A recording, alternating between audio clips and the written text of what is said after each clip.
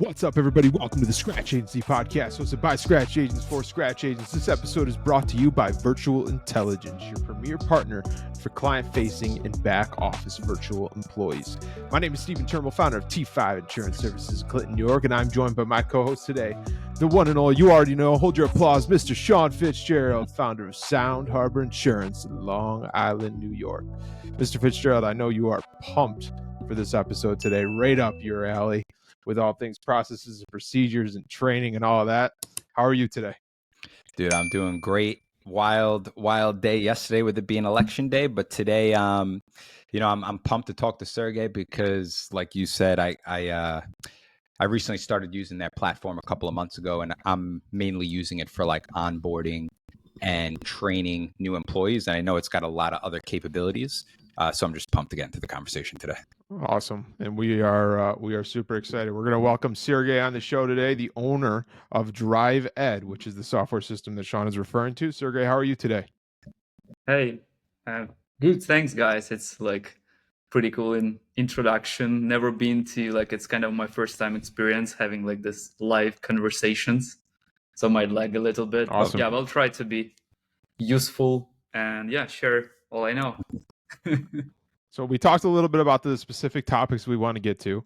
Again, we appreciate you taking the time to be here. We're super excited to talk about those topics. But before we jump into that, just tell us about yourself and the little background of the company, and then we'll jump into the specifics that you wanted to touch on. Yeah, I started as a kind of UX designer probably like around 10 years ago. And it's slowly, gradually moved towards, software development, application development. And we built a team. Then I partnered with a software big company, and we have around like 40 people right now in our team.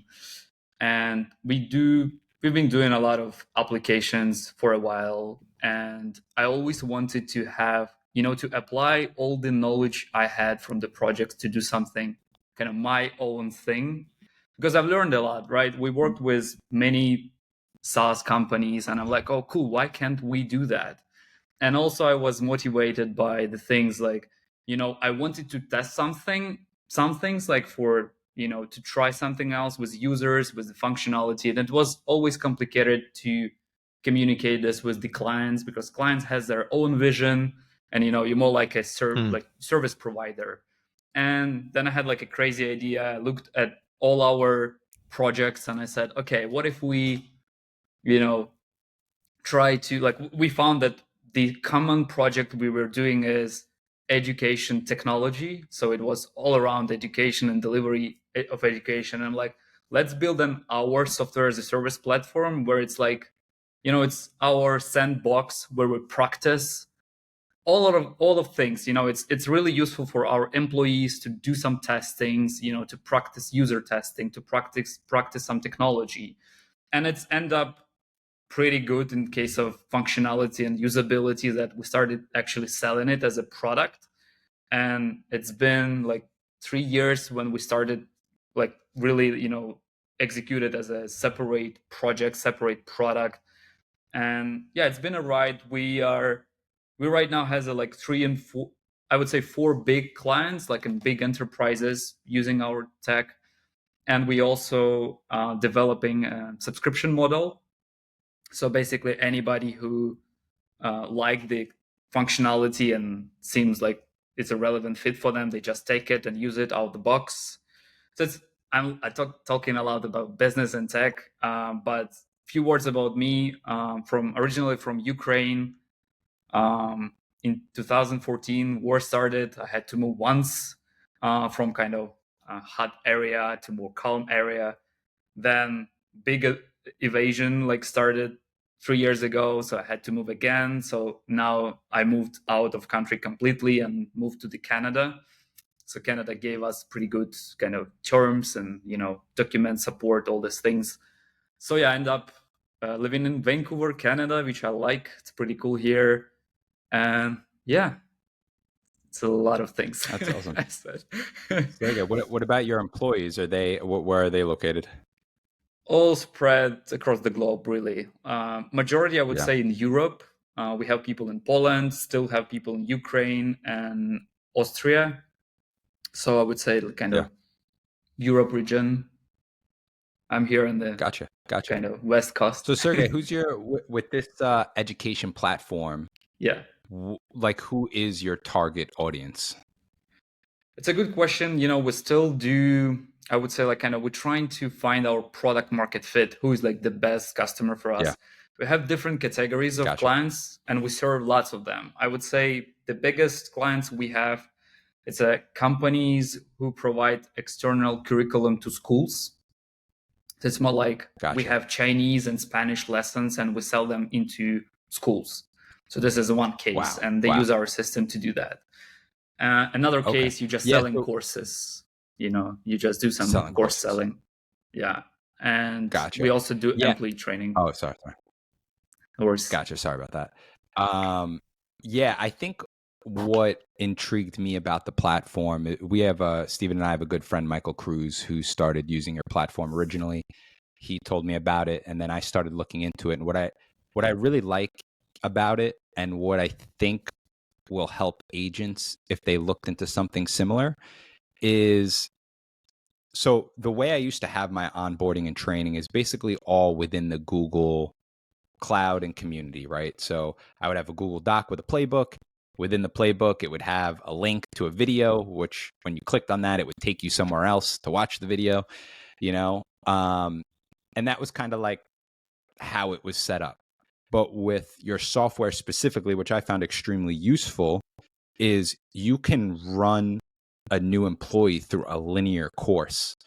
And within that course, it could be, to give you an example, like onboarding day one, step one, how to send an auto ID card, right? And the top can be a video embedded into the form, so I don't have to click on it and go to an external site. It's all within the platform. They watch the video, they look at the step-by-step guide on how to complete it. They have the little checklist at the end. And then the part that took it to the next level, which I thought was probably one of the best hidden benefits that I found out about it, is you can create a quiz around that specific topic, right? And then on top of that, you can create an assignment, meaning I can say, hey, here's an example of somebody requesting an auto ID card. Please do this and let me know when the assignment is done. And I can kind of see to confirm, like it's almost like a test project, which I liked a lot. So for me and for insurance agents, I feel like that alone was a huge step up. And it's not like, for the smaller agencies watching this, like you said, Sergey, you have a subscription model. I think when some people hear LMS, I know initially when I first heard it, I instantly thought, oh my God, I don't have enough money for an LMS. It's going to be thousands and thousands every month. Yeah. But the subscription model makes it affordable. So I'm not saying everyone has to do it, but it's definitely something I would look into. And Sergey, I know I just went on for a little bit there because I got excited. Is there anything there I left out that you think would be helpful for agents to know as far as, training on onboarding and testing and that type of stuff? Yeah, I think there are two ways how you can train your employee, right? You can either spend your time and just trying to explain to them everything, like how the process are working, what the process is, how do you prepare, this is the docs, how would the inform the customer, and so on, so on, so on. And usually the problem with this approach, first you spend your time, right? You kind of you have your stuff to do, like it could be your team, or yourself if you're like a founder and owner of the company, so you need to do it yourself, right? And I would say it's a time waste in my opinion. And another thing is you can't really measure if they are ready or not for the job, right, for the work. So I think what you just explained is actually pretty straightforward, right? You can do in another way. You organize your all materials in some kind of curriculum or a course where they have like a step-by-step process. This is how we work with client. This is how we organize documents and blah, blah, blah. You have all these things. And then basically in the end of each module, you could do them a test. Are they actually ready to do that? And you can also, like, if you do some internships, you can also compare people, how good they are, how they completed the things, like did they even watch the videos which you send them to watch in the end of the day. So you can get all this data. So I would say it's like kind of time optimization for employee training. And especially, I think when you're getting bigger and bigger, right, then you have less and less time and you need to just optimize this process. And you like, just, this is the link, go spend 5 to 6 days, learn the things, take the test, and we're ready to take a next step there. Yeah. Two things on this, Shawn, that I want to maybe directly ask you, and then Sergey, if you can comment on it. You know, the podcast that we have here, the audience that we're listening to are scratch agency owners, so new business owners that have started a new insurance agency. And two common themes that we talk about all the time on the podcast is one, kind of setting the correct foundation. Right. So maybe even though it's just you that's starting in the business and you're doing everything to document those processes. And Shawn, you've talked a lot about the playbooks and the different things you've done from that sense. So that's number one. The second thing that I love about the conversation is setting it up as the LMS. You could say, you know, Shawn, to your point of how it's affordable for scratch agents and taking the time to do it now, to Sergey's point, to say when a new employee, a new hire comes in, go spend this time to get the foundation right for 5 days, whatever it takes to get that foundation set. It just goes back to what we talk about setting the foundation. And Shawn, I'm just curious from your standpoint, since you're using the system, and Sergey, that you've obviously designed the system, of you can almost use this as your playbook of processes and procedures, because I'm sure there's things you can go back to, right? If there's a task in our world of how to do an ID card, that system is still something you can go back to and relearn. Or if you're struggling with it, you can go back and monitor that. And we talk about looking at the scratch agency and acting as a bigger agency and setting up these things. And what a beautiful way to be able to do that and scale quickly when you're bringing on team members, instead of stopping what you're doing, which is why you hired somebody to help, right? Stopping what you're doing and trying to teach them yourself. And again, I rambled about that, like Shawn said, but I think there's so much power in that, because it's like a twofold thing. It's not only the LMS, but it's also a resource that you can continue to go back to. Your team can continue to go back to, and you can tweak it as you're growing and as things are changing. You bring on new product offerings, all of that. You know, Sergey, is that accurate? Are those sentiments accurate? Yeah, I think it's also what I wanted to add to that. Personally, I even forget things, you know, how to do them. So I'll give you an example. Like we do some accounting, like, you know, this tax year report. I guess like everybody does it, like in corporate world. And I'm like, I knew that I need to do something specifically, and I haven't delegated yet. And, you know, I just need to do some stuff there. And I'm like, it's been a year, and I log into the QuickBooks, and I'm like, what is happening here? I don't remember anything. Like, where do I need to click? And I'm just so confused. Yeah, and I'm like, what I'm doing today, like it's few phases to it, right? First, you do like basically instruction to yourself to not forget how to do that. And this is phase one. And phase two, you're trying to convert this in some kind of education material. And then there are many people who could actually help you. If you have your instructions, you can reach out to, they call themselves instructional designers. So they can take your scripts, information, procedures, and create kind of a course to teach your process to the person. And then you basically take this course, you upload it, and you can, as you said, like Steven, like you can come back, you know, and rewatch and remind yourself. And then you can onboard your employees. And even if you're trying to delegate things, right, you will still need to have these instructions for somebody to execute on them. For sure. Yeah. And I think it's two things I wanted to add. And Steven, you'll appreciate this. You know, I thought I had a ton of processes and procedures, and I do. I have a good amount. I put them into an LMS. I brought on 2 new people, and I was like, okay, good. They're going to have training. They're going to have it for a while. They'll be able to go through this. It'll buy me some time to do some stuff I have to do while they're doing training. They flew through the training in less than 2 days. And I was like, crap. You know, I got to build more of a comprehensive program. I left some things out, and you tweak it and it evolves, right? But what I wanted to share from that is a mentor of mine told me that you should have at least 2 weeks of training built out when you're onboarding a new employee. And when he said that, I was like, oof, that blew me away a little bit. But, you know, when you have the linear the linear course set up, it makes it so much easier to draw out what the day-to-day will look like. Hey, Monday from 10 to 2, it's going to look like this. Tuesday from whatever, it's going to look like this. So I just think having that makes the onboarding so much easier. And like you said, Sergey, which I think is a super important topic to discuss, is the scalability of your business. Like, Yep. I know we're all newer agencies, but you know, I had a dinner with Brett Young that I've talked about on this podcast a bunch of times. And one of the things I asked him, like, hey, you know, what are you working on? And one of the things he touched on was building their own LMS, you know, from scratch. And I asked him why. And he basically broke it down to me that, you know, they're at a point where they're growing, and when they're adding new people, they don't have the time to sit down with somebody one-on-one and train them all day how to do, you know, they need to have a system, an LMS specifically to help onboard and train those people so they can continue to grow and hit the goals they want to achieve. So I just want to touch on that a little bit more, because I think you're going to hit a point in business where it's just like, all right, you're not growing. Why am I not growing? It's because I need to either delegate or, you know, have your process and procedures and delegation. And Shawn, to go right off the back of what you just said, the reason that we hire inside of our agencies is because there's certain cups that are being overfilled in our everyday work, right? Whether that's 100%. sales, service, whatever it is.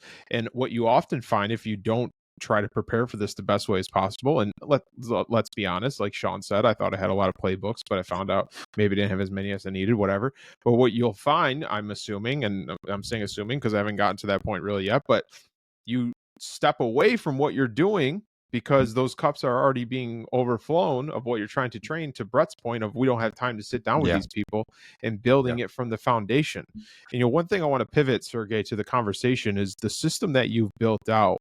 You know, talk to us about the ease of use of setting it up, because in our world, in the insurance space, and in every world at this point, there's so many different vendors. There's so many different pieces of technology. It can be overwhelming as a new business owner of what shiny object really makes sense for my business and what shiny object do I just I'm not there for yet. But as far as man, this is a really great conversation. I should really look into starting to build this out. Like, what does that learning curve look like to create that system? I believe like you would spend really like optimistically like 30 minutes to get it done. Like, I mean, to prepare, to set up the system. Like from the first day, we were building it with user experience in mind. We wanted to make it as simple as possible. And and like even today, we have customers who kind of telling like, this is so easy to use. Like we just stick with you guys because we don't, you know, it's just easy to understand. And if we look at this practically, so what do you need to do? You need to register. Step 1, simple. Step 2, basically adjust your branding if you don't want to use our branding. So we have like a settings, so you could use your insurance company branding, so it looks like internal system of your company. You're changing logo, you're changing color. Step 2. Step 3, you create a course. It's basically like a drag and drop. You know, you add lesson, you add video, you add lesson, you add text. And the last step, you basically copy link and you send this link to your employees. And they get this link, they basically go through the quick registration, and that's it. So it's like 4 steps, really. I would say the most time-consuming probably step would be for you to think how you're going to organize your materials in a way that it's accessible and people understand what you actually mean. But from the software perspective, it's pretty simple.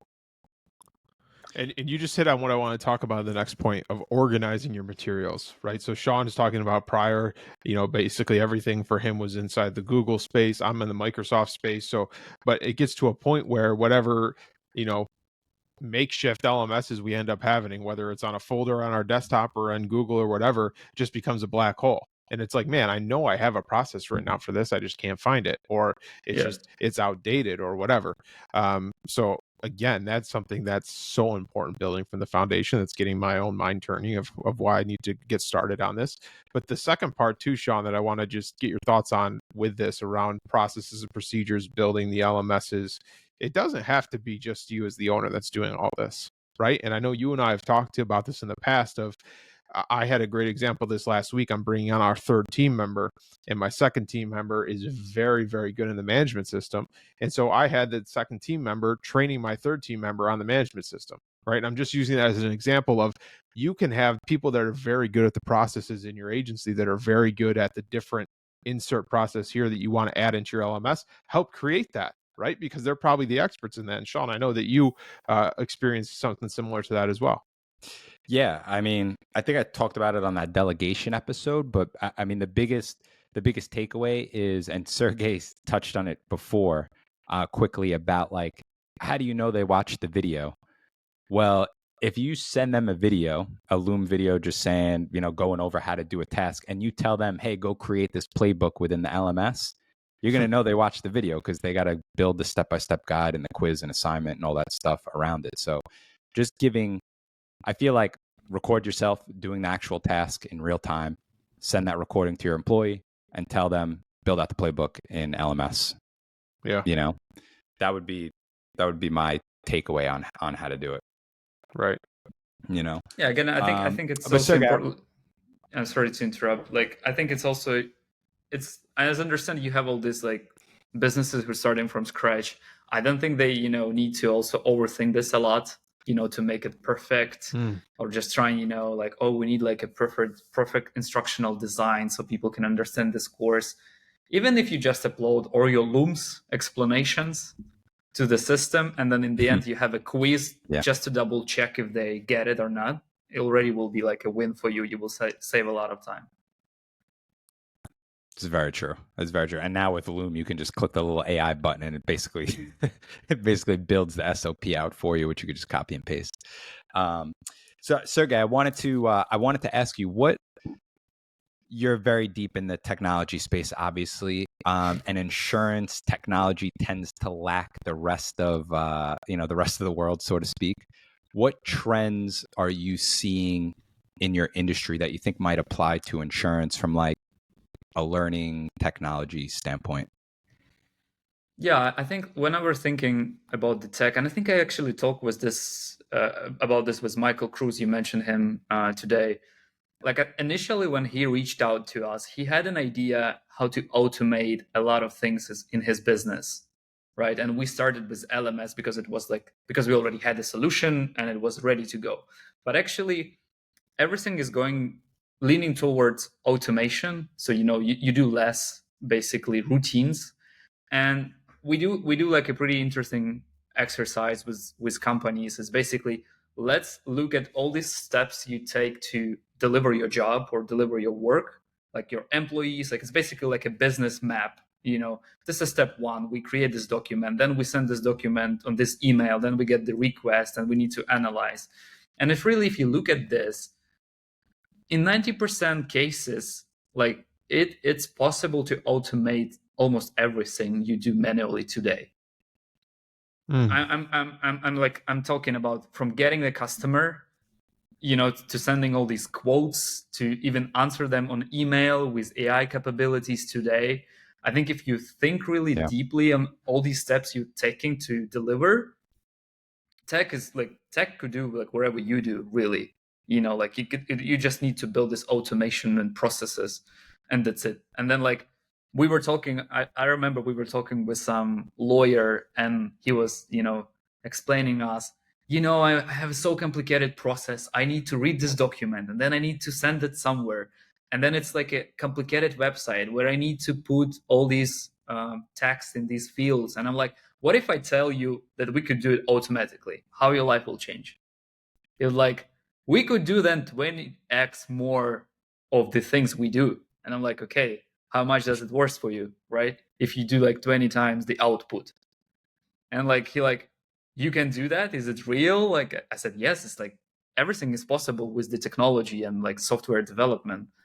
You just need to find kind of, is it worth the investment of like automation of these tasks? Like, is it cheaper to pay an employee, right, in the short term or long term, or you can automate it once and it will work for the rest of your life, basically automatically. So this is what you compare. Yeah.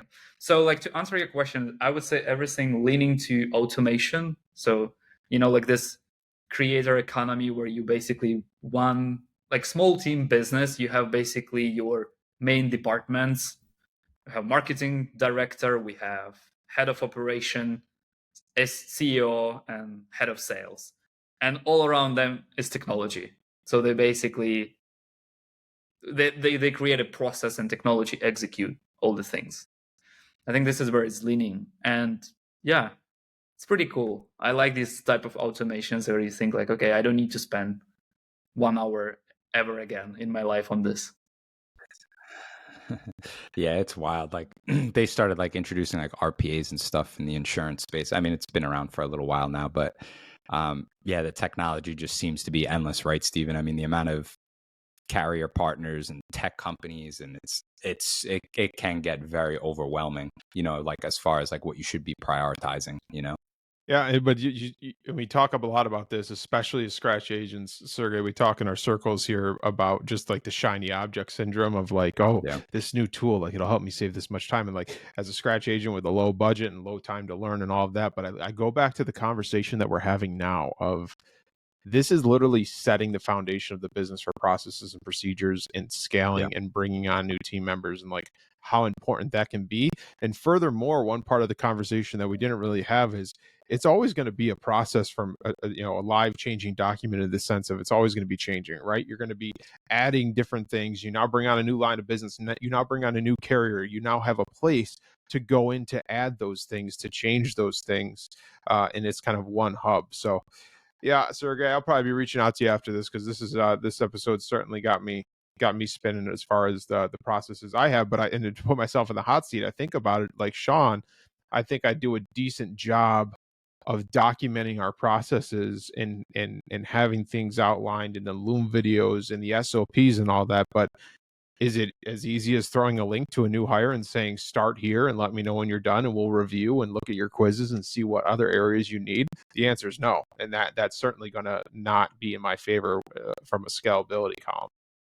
Yeah, Sergey, what would you say to scratch insurance agents out there that want to take the first step but they don't really know where to start and they're a little overwhelmed? Yeah, I wanted actually to add a few things to Stephen's points about the kind of prioritization of things, how to not be distracted with the shiny object thing. And like if you look at, again, I think Hormozy tells a lot about this, is like you need to solve problem first and then you need to scale. Because otherwise, if you scaling without solving problems, you scale your problems, right? So we're talking a lot today about the problems on this podcast, and it's like if your process are lagging, so you have like a bucket with the holes. He has this analogy, and like you're trying to put more marketing, you're putting more water, but you have these holes. You need to fix them in order to execute better. So I think it's all about like can you like with amount of the clients which you have today, can you kind of step up from the game and see it's working? Like even if you have 2 employees, like 3 employees, can you actually like step up the game and see like they executing, they delivering what they need to deliver, and it's working well? And you're like, okay, now it seems like I can add another person, right? Because my process is working here, and I'm gradually adding more people. So you always kind of between these 2 problems. One problem is you need more customers. And then as soon as you get more customers, your delivery is breaking up because you have too many people to serve and you're now confused with these things. So it's kind of, can we process 10 customers well? Cool, it's working. Let's add 2 more people, 4 more people, 15 people working well, or maybe something is breaking. Like we I don't know, like again, I don't know you guys' business well, but it's all about like, can our systems, can our processes work with a certain amount of people, with a certain amount of clients, without like Sure. I mean, it makes complete sense. You everybody would love to get 100 leads that want to buy from you in a week, but are your processes set up that you can handle that?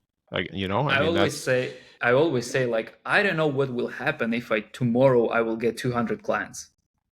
I don't need tomorrow 200 clients. I will die. I'm like I just can't execute on this amount. And then like But you can also do like a waiting list, which is great. You basically could say, like, we are overbooked, like, but we want to work with you. Go, like, join the waiting list. So you still need to have these customers. Yeah, but it's another topic. Well, great point on the delivery of the product, right? Like, I think about that a lot. I caught myself doing it today, unfortunately, but it's like you write a policy, right?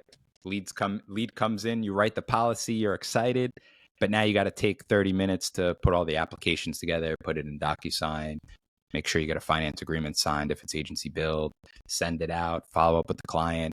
So, like, do you have a SOP built around the delivery of the product? Because if you did, then I'd be able to assign that to Ron or somebody else in my office, who, once I make the sale, I can have Ron deliver the product, and then I can continue to go right back into selling.